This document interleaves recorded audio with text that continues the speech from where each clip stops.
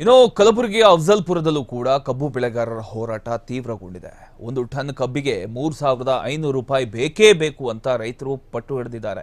ಕರ್ನಾಟಕ ರಾಜ್ಯ ರೈತ ಸಂಘ ಹಾಗೂ ಹಸಿರು ಸೇನೆ ಹಾಗೂ ಸ್ವಾಭಿಮಾನಿ ಕಬ್ಬು ಬೆಳೆಗಾರರ ಐಕ್ಯ ಹೋರಾಟದಿಂದ 1 ಟನ್ ಕಬ್ಬಿಗೆ 3,500 ಬೆಲೆಗೆ ಕೊಡುವಂತೆ ಆಗ್ರಹಿಸಿ ಪ್ರೊಟೆಸ್ಟ್ ಮಾಡಿದರು. ಕೈಯಲ್ಲಿ ಕಬ್ಬು ಹಿಡ್ಕೊಂಡು ಮೆರವಣಿಗೆ ನಡೆಸಿ ಸರ್ಕಾರದ ವಿರುದ್ಧ ಆಕ್ರೋಶ ಕೂಡ ವ್ಯಕ್ತಪಡಿಸಿದರು.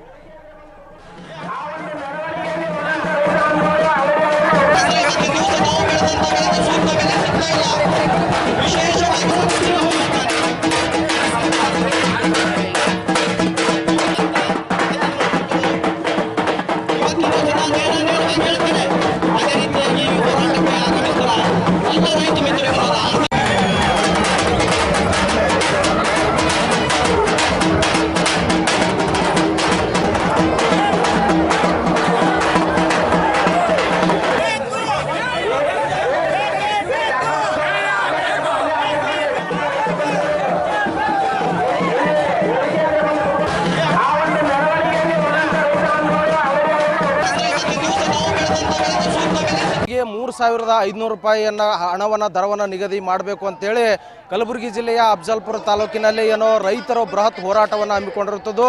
ನಾವಿದೀಗ ಕಲಬುರಗಿ ಜಿಲ್ಲೆಯ ಅಫ್ಜಲ್ಪುರ ಪಟ್ಟಣದಲ್ಲಿರುವಂಥದ್ದು.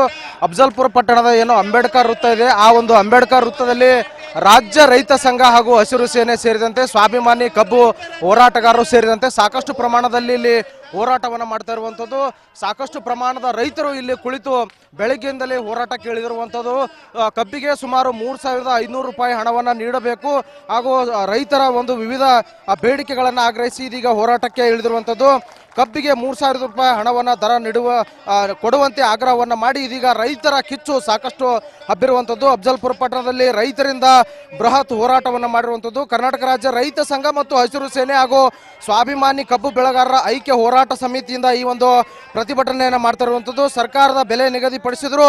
ಕಲಬುರಗಿ ಜಿಲ್ಲೆಯ ಫ್ಯಾಕ್ಟರಿ ಮಾಲೀಕರು ಏನು ಸರ್ಕಾರದ ಘೋಷಣೆಯನ್ನ ಇದೀಗ ಮಾಡಿ ರೈತರು ಹೋರಾಟವನ್ನು ಮಾಡ್ತಾ ಇರುವಂಥದ್ದು. ಇಲ್ಲಿರುವ ರೈತರನ್ನು ಕೂಡ ಮಾತನಾಡಿಸುವಂತಹ ಪ್ರಯತ್ನ ಮಾಡ್ತೀನಿ. ಸರ್, ತಾವು ಯಾಕೆ ಹೋರಾಟ ಮಾಡ್ತಾ ಇರುವಂಥದ್ದು, ಬಂದ್ಗೆ ಕರೆ ಕೊಟ್ಟಿರುವಂಥದ್ದು?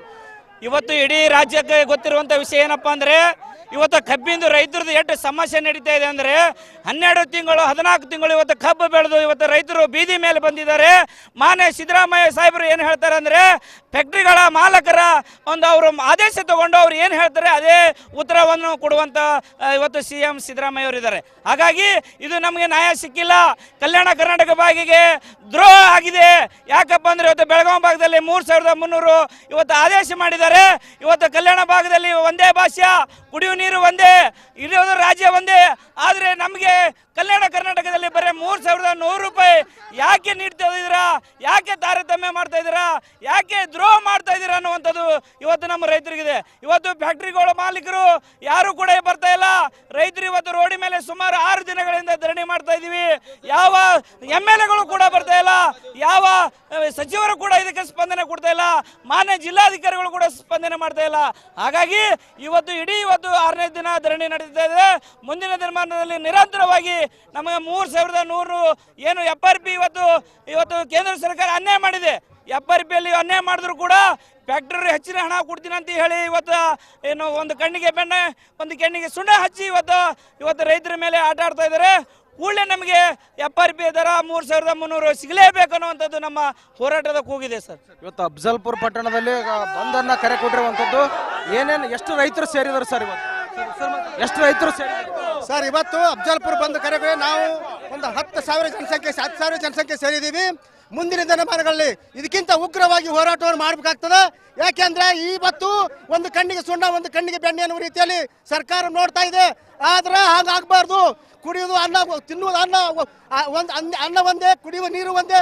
ಆದರೂ ಕೂಡ ಸರ್ಕಾರ ಬೇರೆ ಬೇರೆ ಧೋರಣೆ ತೋರ್ತಾ ಇದೆ. ಹೀಗಾಗಿ ಈ ಭಾಗದಲ್ಲಿ ಉಸ್ತುವಾರಿ ಸಚಿವರಿದ್ದಾರೆ, ಕರ್ನಾಟಕ ರಾಜ್ಯ CM ಅವರಿದ್ದಾರೆ.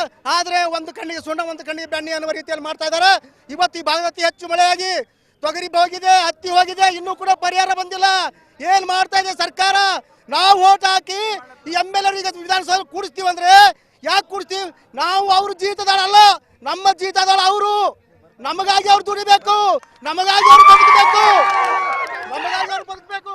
ಇದಿಷ್ಟು ಅಫ್ಜಲ್ಪುರದಲ್ಲಿ ರೈತರ ಮಾತಾಗಿರುವಂತದ್ದು. ಸರ್ಕಾರ ಕೂಡಲೇ ಒಂದು ಟನ್ಗೆ 3,500 ರೂಪಾಯಿ ಹಣವನ್ನ ನೀಡಬೇಕು ಅಂತಕ್ಕಂಥ ಮಾತನ್ನ ಹೇಳ್ತಿರುವಂತದ್ದು. ಒಟ್ಟಾರೆ ಅಫ್ಜಲ್ಪುರ ಪಟ್ಟಣದಲ್ಲಿ ಇದೀಗ ರೈತರ ಕಿಚ್ಚು ಮುಟ್ಟಿರುವಂತದ್ದು. Purushottam Kulkarni, BTV news.